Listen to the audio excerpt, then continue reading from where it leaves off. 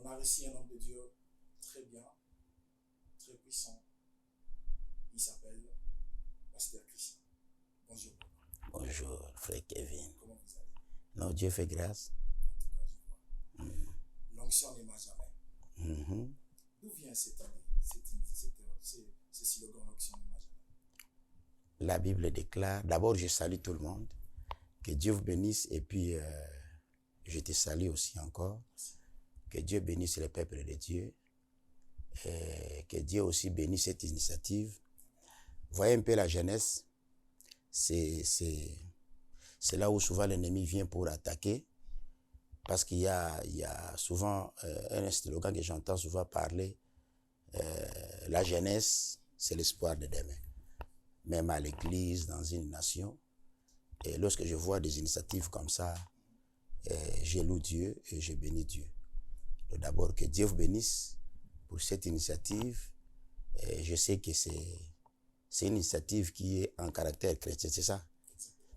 Que Dieu bénisse cette initiative. Je sais que ça ira encore très, très, très loin. Bon, la question que vous avez posée, d'où vient cet slogan, l'onction? L'onction n'aima jamais.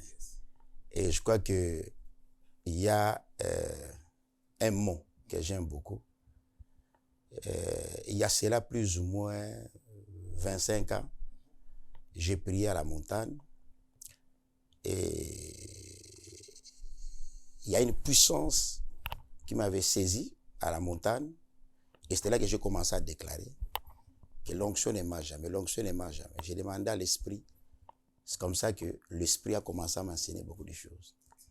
Depuis ces jours-là, j'ai compris. Parce que lorsque nous parlons de l'onction, je crois que tu entends là à l'intérieur l'onction. L'onction, exactement. L'onction, c'est une capacité que Dieu donne à un homme de Dieu, à quelqu'un, à un homme d'affaires, pour accomplir une mission.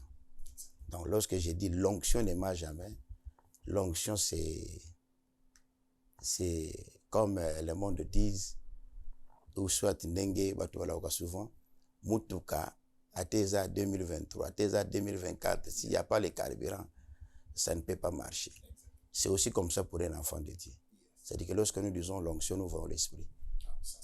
Donc c'est poussé par l'esprit de Dieu que nous avons parlé de la part de Dieu. C'est pour cela que j'ai toujours dit que l'onction n'aima jamais. En d'autres termes, que Dieu n'aima jamais. Dieu reste Dieu. Donc c'est un peu ça. Il est fidèle. Exactement.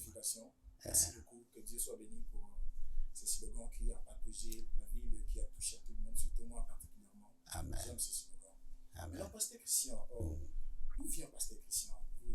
Quand est-ce que vous avez commencé votre ministère?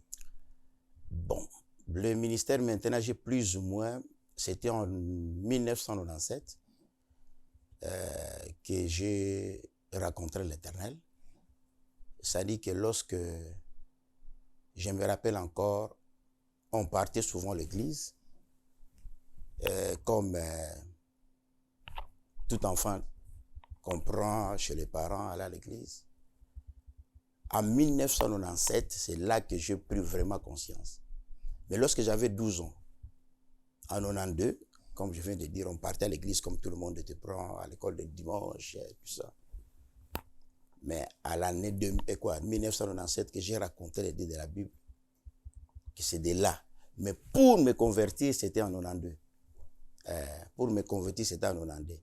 Parce qu'on partait souvent à l'écodim. Là, quand j'entrais 12 ans, une fois mon pasteur, mon père spirituel prêchait sur Jean chapitre 3, le verset 16. Et c'est ce jour-là que l'Esprit de Dieu m'avait saisi. C'est ce jour-là que je pleurais comme un enfant. Et mes parents ne comprenaient pas. Mais qu'est-ce qui se passe avec l'enfant? Je suis rentré à la maison, je pleurais toujours. Je sentais l'amour de Dieu en moi. Maintenant, en 1997, c'est de là que je suis entré dans le ministère. Donc, de 92 à 97, presque 5 ans de préparation avec Dieu. Et en 97, je suis entré maintenant dans le ministère. Donc, c'est converti, c'était en 92.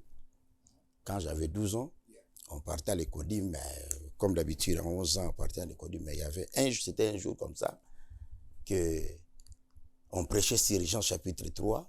Là, le Saint-Esprit m'avait saisi. Et j'ai senti l'amour de Dieu. Et c'est comme ça que les choses ont changé dans ma vie. Est-ce que Pasteur Christian a un père spirituel? Yeah, j'ai un père Il spirituel. s'appelle comment? Pasteur Freddy Ndombe. Maintenant, Il est au niveau de Kinshasa. vous avez de bonnes relations avec lui? Bonne relation. Ici, à Louisville, précisément à Kentucky, vous avez une église, vous êtes représentant légal à Rehoboth Church. Maintenant, à Kinshasa, vous avez aussi une église, il s'appelle Cité de la Grâce. Quelle différence entre Cité de la Grâce et Rehoboth Church? Bon, il n'y a pas vraiment la différence, sauf que il y a une révélation que Dieu m'avait révélée. Avant de venir d'abord ici, quand j'étais à Kinshasa, quand l'Éternel m'avait donné cette vision de commencer à Cité de la Grâce, là, le Saint-Esprit a commencé à me parler en me disant, Christian, tu vas ouvrir des églises. Tu vas ouvrir des extensions partout, en Amérique, en Europe. C'est comme ça que ça sera des cités, ça sera des centres. Et c'est comme ça que vous voyez Cité de la Grâce et Centre Rehoboth. Ici, c'est Centre Rehoboth. Donc, c'est tout simplement la réalisation de ce que Dieu m'avait dit. Donc, il n'y a pas vraiment la différence. Cité de la Grâce, Centre Rehoboth, nous célébrons que le même maître qui est célèbre ici est le même Dieu que Cité de la Grâce célèbre. Donc, cela veut dire que c'est la même vision. Il y a seulement la différence des noms. Donc, dans peu d'état, peut-être vous allez entendre Cité de refuge. Donc, je crois que dans peu d'état, il y a beaucoup cité, mais tout simplement, c'est la même chose. Il y a la même vision. Ça, c'est bon. Plaisir de connaître un peu de votre parcours. Là, nous allons citer dans notre thématique de ce soir. C'est intitulé Une mort qui donne la vie. Une mort qui donne la vie. Ok. C'est un terme qui m'a touché quand je l'ai entendu. Ok. C'est Romains chapitre 5, verset 6 à 7. Alors, comment ça? C'est quoi une mort qui donne la vie? Une mort qui donne la vie. Au hasard, moi, comme ça, une mort qui donne la vie. Expliquez-moi un peu, je ne comprends pas. La mort de Christ, Ok. selon le verset. Ok. La mort de Christ qui a donné la vie, c'est pourquoi nous voulons savoir comment une mort d'une personne peut donner la vie à toute une humanité. Ah, ok. C'est ce que je voulais un peu, tu puisses un peu expliquer, éclaircir. Mon frère Kevin, j'ai béni Dieu. Ce sont des thèmes que j'aime beaucoup. Nous le connaissons nous tous. Aujourd'hui, nous avons la vie par un seul chemin, Jésus-Christ, qui est notre maître. Tu sais, j'ai toujours dit ceci. 1 plus 1, je crois qu'il est égal à 2. Ce n'est pas cette formule-là qui a créé 2. Donc, ça dit que 2 existent déjà. Mais c'est seulement que la formule qui a fait que ça puisse donner ce résultat de 2. Veut dire quoi? La mort de Jésus-Christ, depuis le commencement, lorsque Dieu a créé les cieux et la terre, Dieu avait déjà planifié. Dans la providence divine, Dieu avait déjà donné son Fils. C'est ce que je viens de dire. C'est-à-dire que 1 plus 1, ça donne le résultat de 2. Mais ce n'est pas 1 plus 1 qui donne 2, qui fait 2. Donc 2 existe déjà. Mais c'est seulement cette formule. C'est-à-dire que devant Dieu, avant que tu puisses poser la question, il y a déjà la réponse. Parce qu'il est omniscient, omnipotent. Ce que l'ennemi, le diable, a fait, frère Kevin. Hein? Lorsque Dieu a créé les cieux et la terre, nous connaissons l'histoire. Et les premiers êtres que je vais d'abord commencer par là. Les premiers êtres que Dieu avait créés, c'était les anges. Les anges avaient qu'un seul but, c'est de célébrer. Dieu n'avait pas permis, aux anges d'avoir des femmes, de cultiver, d'aller travailler.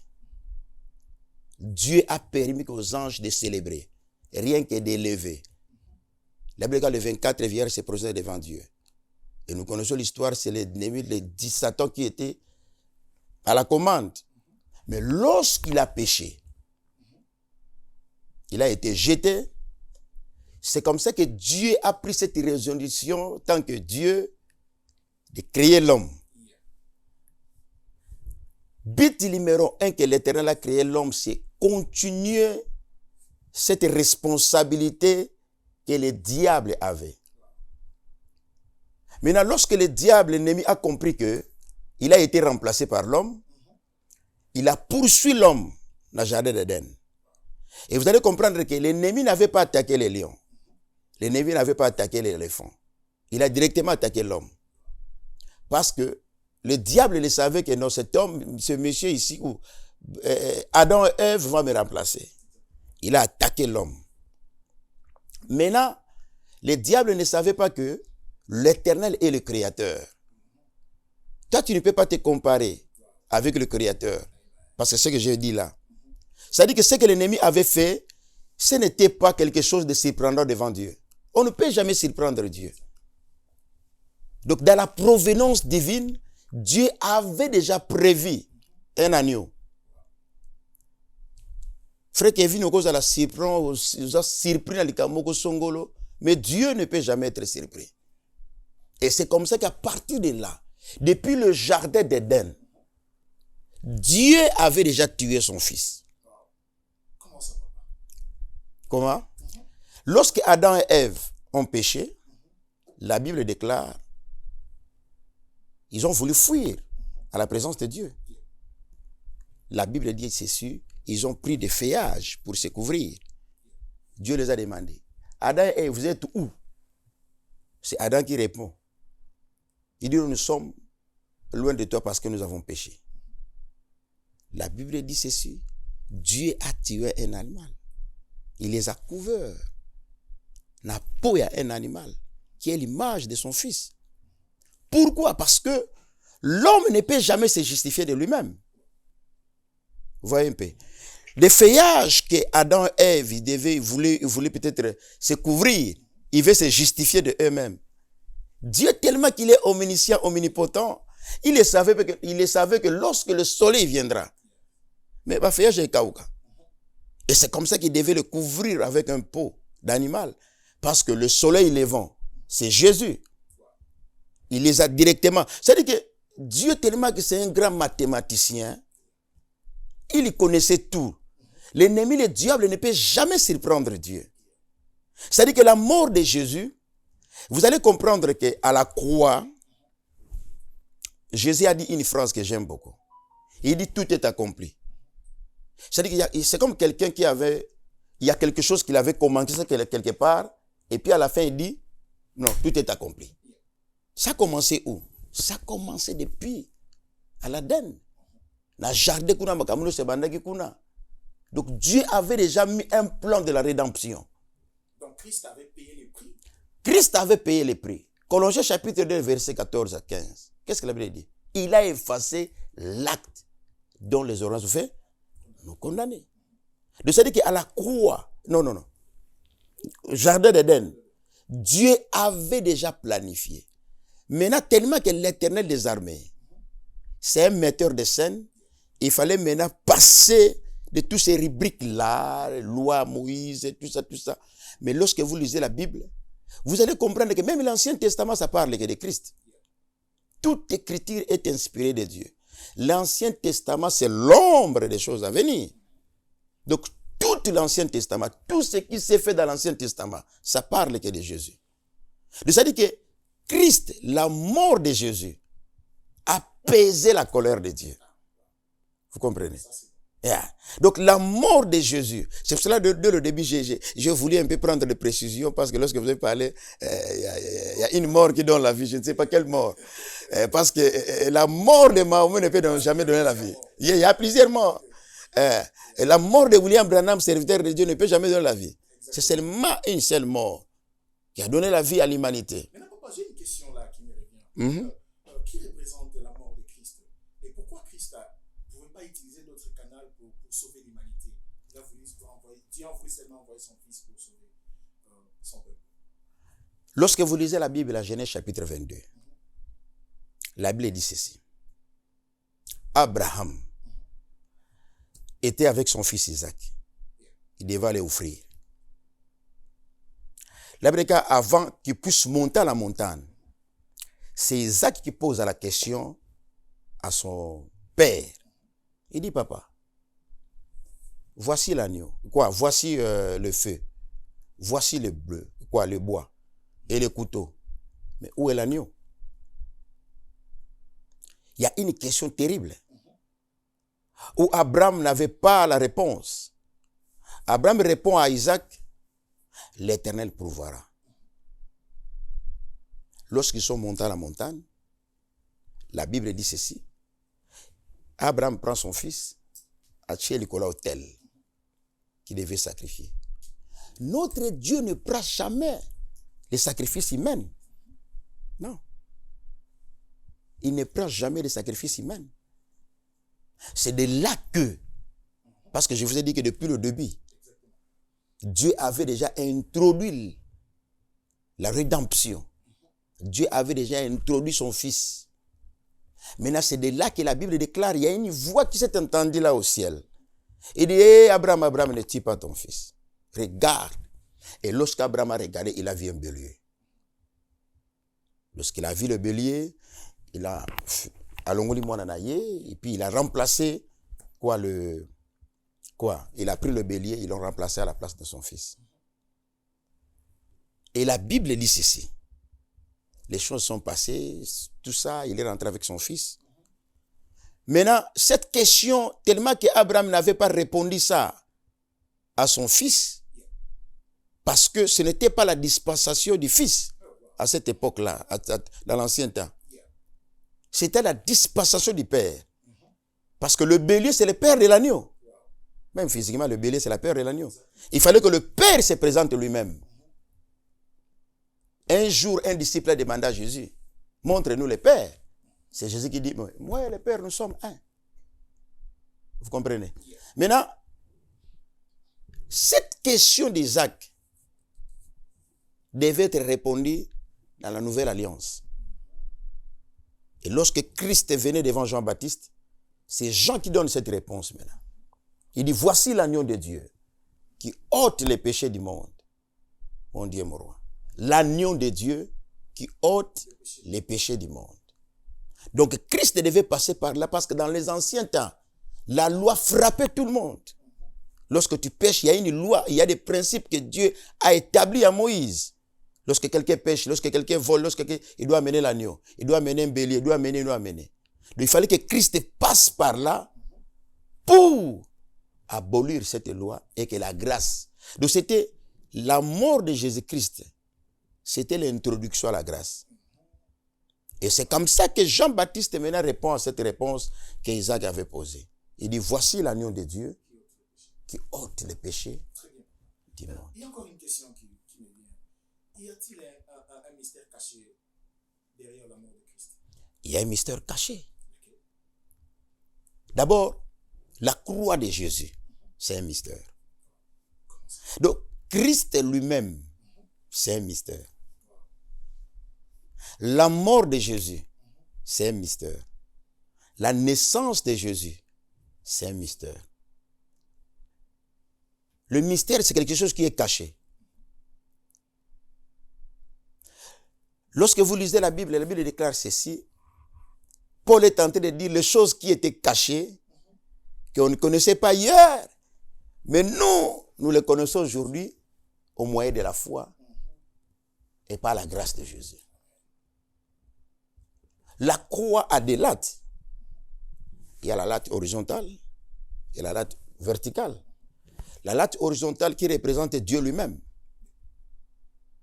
qui est immobile, qui reste Dieu par lui-même, depuis les anciens temps jusqu'à aujourd'hui, jusqu'à. Il est Dieu. Et puis lorsque Dieu a créé l'homme, l'homme était égal à Dieu. Vous comprenez? Parce que Dieu a posé les zoé à l'homme. L'homme avait le zoé de Dieu. L'homme avait la gloire de Dieu. Parce que la Bible déclare que c'est l'homme qui avait donné même le nom aux animaux. Et Dieu a prouvé cela. Donc ça dit que cette latte horizontale, c'est Dieu. Et l'homme était à quoi? Était avec Dieu. Mais lorsque l'homme a péché, c'est comme ça l'autre latte.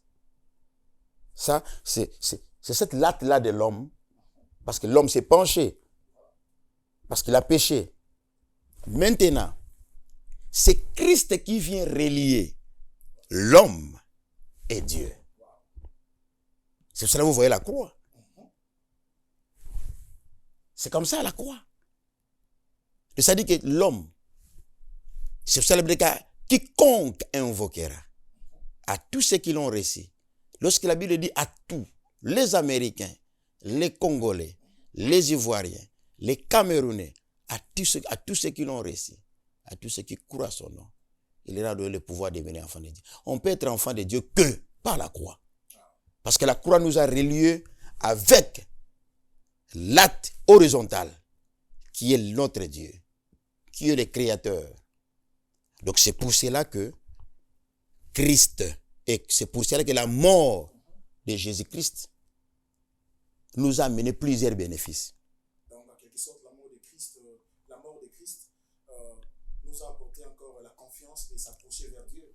La mort de Christ nous a non tout simplement la confiance, parce que dans les anciens temps, je retourne toujours dans les anciens temps. Dans les anciens temps, tu ne peux jamais. Il y avait d'abord ceux qui recevaient l'onction, il n'y avait que trois personnes. 3 catégories de gens qui recevaient l'onction. Il y avait le roi, les prophètes, et qui encore? Les sacrificateurs. Mais maintenant, là, la Bible déclare, la voile a été déchirée. Même si tu es dans un avion, tu peux invoquer Dieu tant. Il va t'écouter. Aujourd'hui, il n'y a pas cette voile-là qui est devant nous. C'est à cause de Jésus. Pouvez-vous, je vais vous donner un exemple là. Lorsque vous lisez la Bible dans Jean chapitre 8. Lorsqu'on avait arrêté cette femme-là, en Francadélie, que nous connaissons l'histoire, frère Kevin, on a arrêté cette femme-là, on l'a présentée devant Jésus. Les gens étaient venus avec des pierres. Ils devaient lapider cette femme-là. Là, c'était l'affrontement entre la loi et la grâce. Les deux devaient s'affronter, comme nous voyons à Kinshasa, là, il y a des koulouna, des quoi, là, il devaient s'affronter. Mais là, c'était l'affrontement entre la grâce et la loi de Moïse. Parce qu'ils avaient des pierres qui représentent la loi. La Bible dit, lorsqu'ils ont parlé, cette femme, elle doit mourir, tout ça. La Bible dit, Christ faisait quoi? Il écrivait. Et dans la Bible, n'oublie pas, frère Kevin, nous avons 2 écritures. La première écriture, c'est l'écriture d'Adam, que lui-même Dieu a écrit, que lui-même Dieu a façonné. Et il a mis les joies en lui, il a mis la gloire en lui. À cause des péchés, il a perdu ce que Dieu a mis en lui. Vous avez parlé quelque chose, la grâce nous a facilité la tâche. Est-ce qu'il y a une différence entre la grâce et la foi? La grâce et la foi? Y a-t-il une différence là? Je vais rentrer là. Je vais un peu terminer avec l'idée que je dis.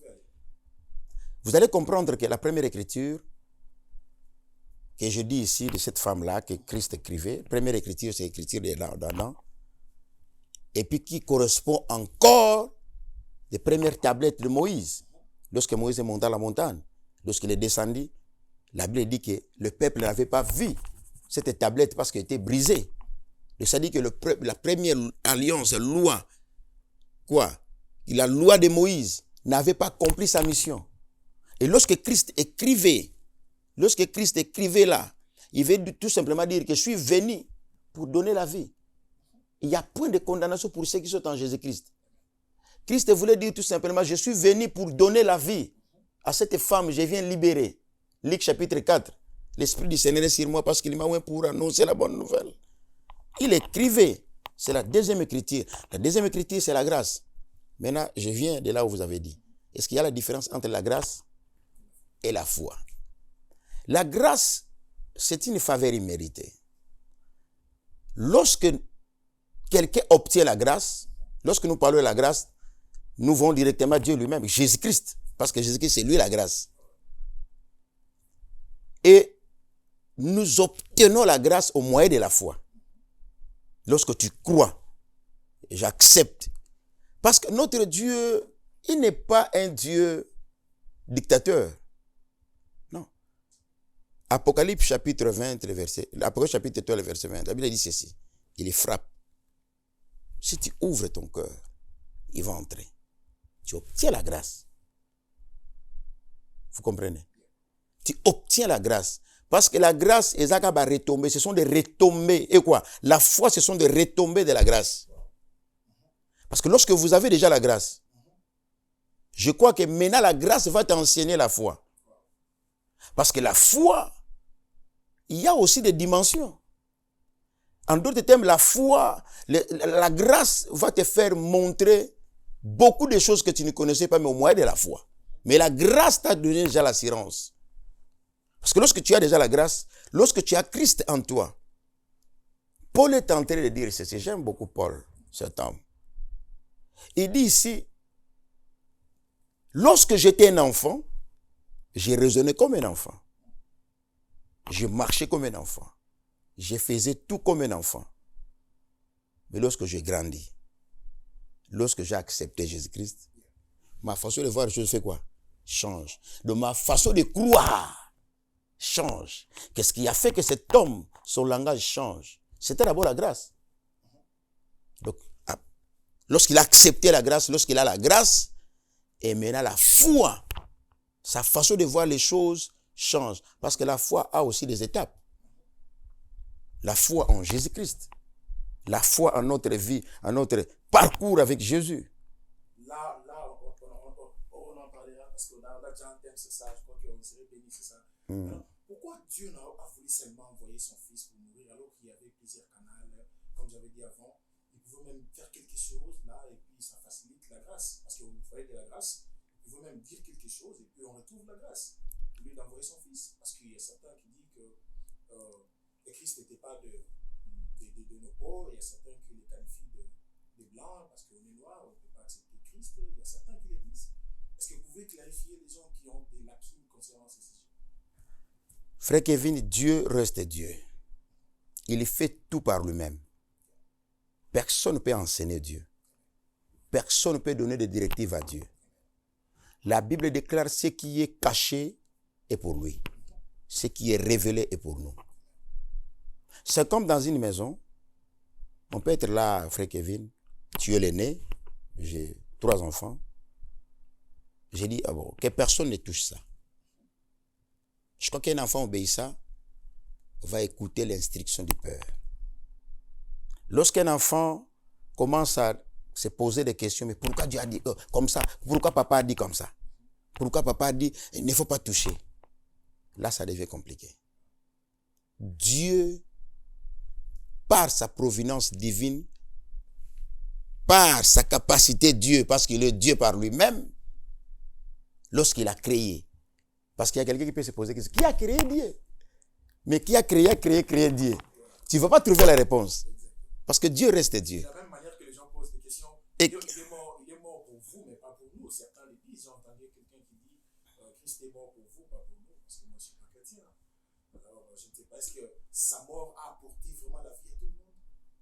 Sa mort, la Bible déclare ceci. Il y a des salis en aucun autre nom. Si ce n'est que le nom de Jésus.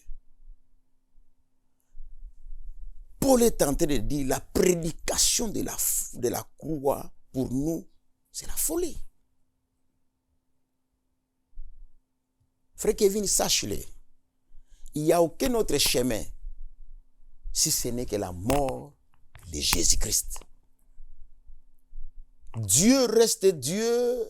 Il est Dieu par lui-même. Il s'est décidé. Comme je dis auparavant, le début là je dis.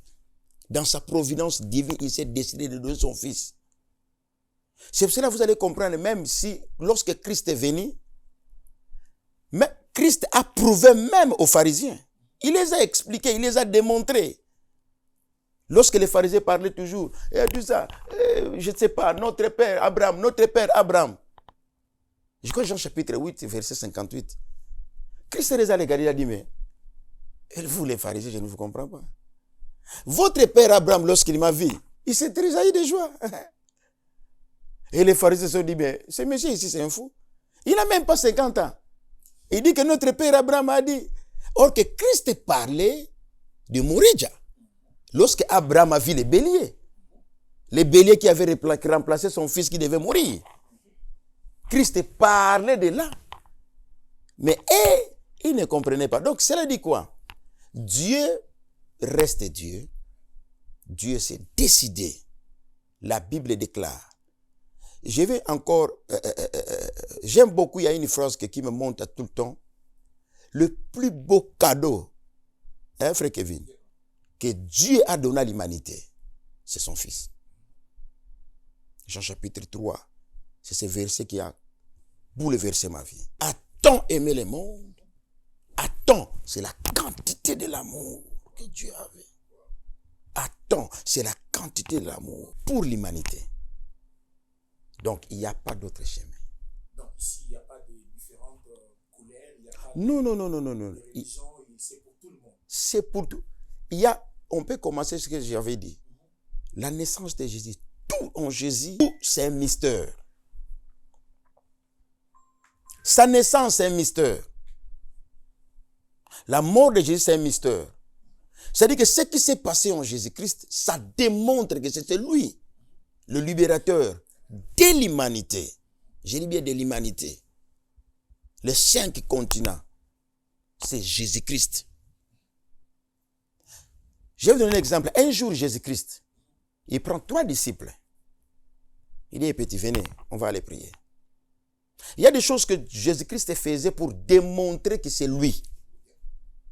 Et son Père permet d'autres choses pour démontrer que c'est lui le libérateur.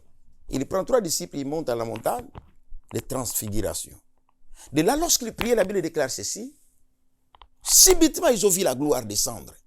C'est Pierre qui s'approche. Il dit, oh, maître.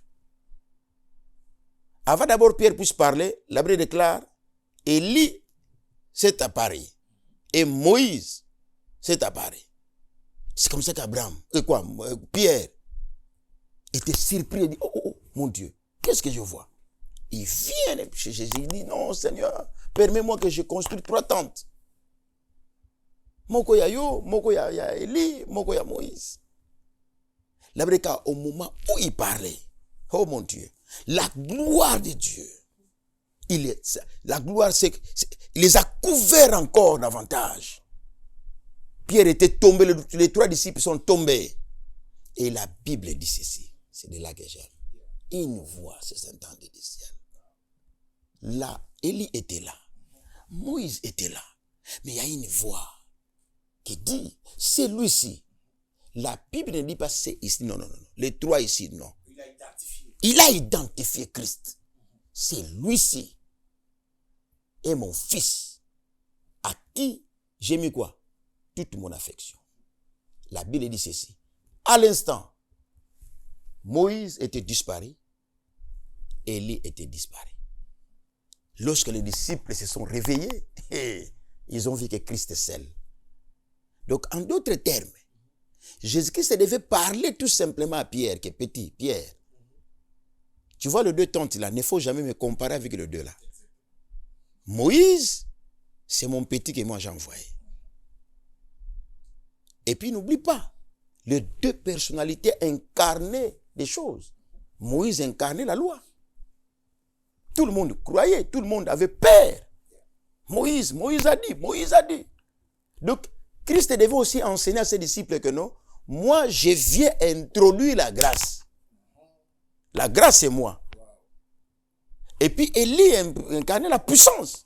N'oublie pas ne joue pas avec Élie. Élie a tabassé, a tué 850 prophètes.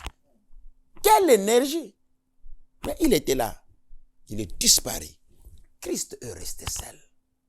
Nous savons que le monde entier doit savoir. C'est seulement Jésus. C'est pas Bouddha. C'est pas qui que ce soit. C'est seulement Jésus. Sa naissance, c'est un miracle. Lorsqu'il est né, c'est un mystère. Sa mort, c'est un mystère. Lorsque nous prenons, là on ne parle même pas de l'agneau. Si nous prenons l'agneau, si on parle toutes ces dimensions-là, vous allez comprendre que ça parle que nous ne parlons que de Jésus. Il y a une question encore, parce qu'on attend déjà vers la fin. Que devons-nous faire pour bénéficier de son sacrifice? La Bible dit ceci. Il se tient à la porte. Il frappe. J'aime beaucoup, il y a des fois lorsque je suis à la maison, même je conduis, lorsque je regarde l'œuvre de la croix, j'ai la compassion dans mon cœur. Ce n'est pas compliqué. Il dit, je me tiens à la porte. Je frappe. Donc il suffit seulement d'accepter. D'accepter. Bénéficier de la grâce. Vous bénéficiez de la grâce. Chez nous, il n'y a pas de complications. Il n'y a pas monté. Quoi? Non, non, non. Si vous acceptez de votre cœur, si vous donnez votre vie, il suffit d'ouvrir votre porte. Lui, il va entrer. Il va marcher avec vous. Il sera avec toi. Il n'y a pas de complications. Si vous acceptez seulement, ici c'est seulement accepter, votre foi est là où vous avez dit. Si vous acceptez, c'est le frais qui vous pousse de venir avec vous. Jean chapitre 3, et quoi? Apocalypse chapitre 3, le verset 20. Je frappe à la porte. Exactement. On peut profiter de cette onction et de la grâce qui est ici. Si vous pouvez lancer un message à ces gens-là qui n'ont pas encore crié à la mort, qui n'ont pas encore reçu Christ, vous pouvez leur donner quel message et vous faites une prière pour eux afin de recevoir Christ quand ils recevront. Que Dieu soit béni. Merci beaucoup, frère Kevin. Je crois que notre Dieu est vivant. Le Dieu de la Bible est vivant comme on vient de parler. Il y a les salis en aucun autre nom. Si ce n'est que le nom de Jésus. Mon frère, ma soeur, je ne sais pas tu es où, tu es ici aux États-Unis d'Amérique, je ne sais pas tu es au Congo, partout où tu es, tu nous as suivis. Jésus t'aime beaucoup. La Bible dit ceci, il y a un homme dans la Bible, cet homme, il avait laissé quitter Jérusalem pour aller à Jéricho. Et il a rencontré des brigands. J'ai dit à quelqu'un qui m'entend ma voix, je ne sais pas, aujourd'hui c'est ton jour. Il n'y a pas au hasard devant Dieu. Tu nous as écouté, je ne sais pas, tu devais aller au travail, par hasard, tu es en train de, je ne sais pas, en Facebook, et je ne sais pas, YouTube, par quel canal, je ne sais pas, mais c'est la voix de Dieu. Dieu qui t'interpelle, reviens. Peut-être tu étais chrétien, mais tu avais abandonné, reviens à Jésus. Toi qui n'as pas Jésus, accepte Jésus. La vie, c'est en Jésus-Christ. À quoi sert à un homme de gagner tout, mais de perdre son âme? Je vais prier avec vous. Si vous êtes là, priez avec moi, faites cette déclaration. Dis Seigneur Jésus, je viens devant toi. Je donne ma vie à toi. Conduis ma vie. J'ai fait ce qui était contrairement à ta volonté. J'ai péché devant toi. Mais je reconnais. Pardonne-moi, Seigneur.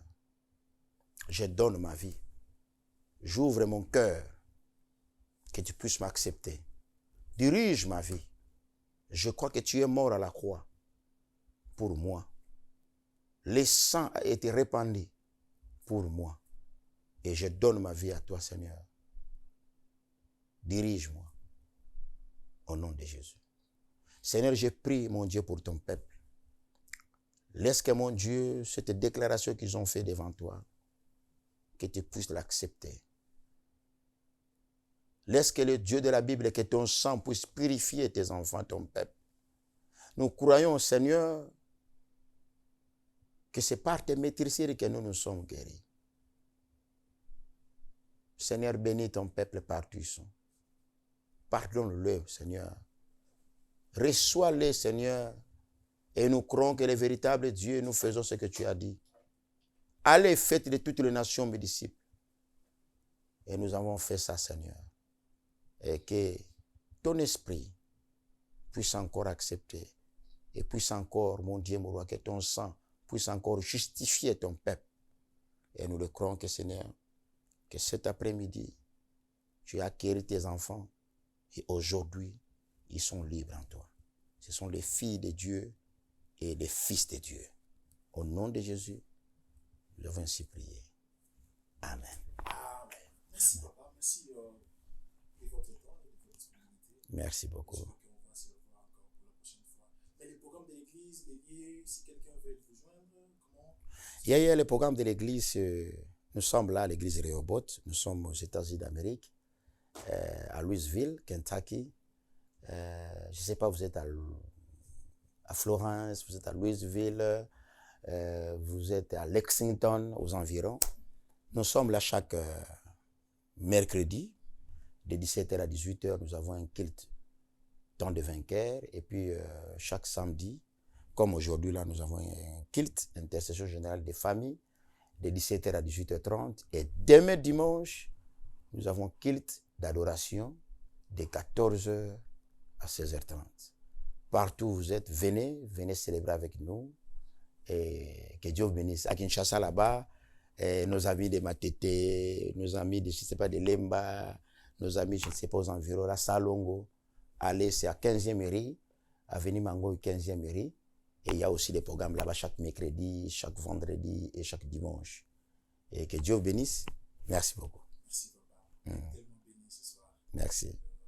Merci beaucoup. C'était l'homme de Dieu, le pasteur Christian Simbolo. Et je crois qu'il va toujours passer pour nous donner le meilleur de lui. C'est un homme bien, je vous avais dit, vous avez écouté vous-même ce qu'il a dit. Je suis vraiment béni. Je ne sais pas si vous aussi vous êtes béni. Et que la grâce de Dieu aussi vous soit accordée. Et merci de nous avoir suivis. Et on se voit à la prochaine.